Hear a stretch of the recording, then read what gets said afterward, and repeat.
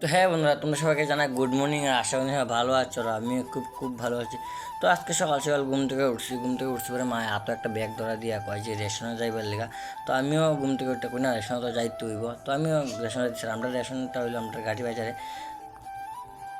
আর ration আয়া দেখি ভিড় না, কিন্তু নেট নাই, তো ওইটা লেগে অনেক সময় দিয়ে বন লাগতেছে। প্রায় আমি কেন 2 ঘন্টার মতো বইছি। তারপরে কি তা মানে সকালে 7টার সময় গেছি আর বাইতে যেতে পুরো আমার 9টা বাজে।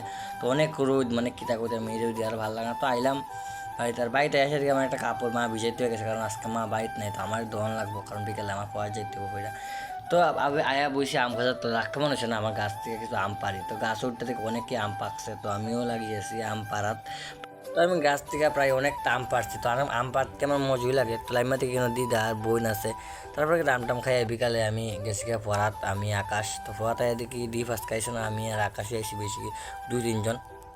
এরপরে ফরা শেষ হয়ে গেছে। এরপরে আমরা 3 জন গেছি ঘুরাত, না তাতে ফরা যখন শেষ হয়ে গেছে তো জায়গা ঘুরাত। তো বন্ধুরা, ভিডিওটা যদি ভালো লাগে লাইক করে আমার শেয়ার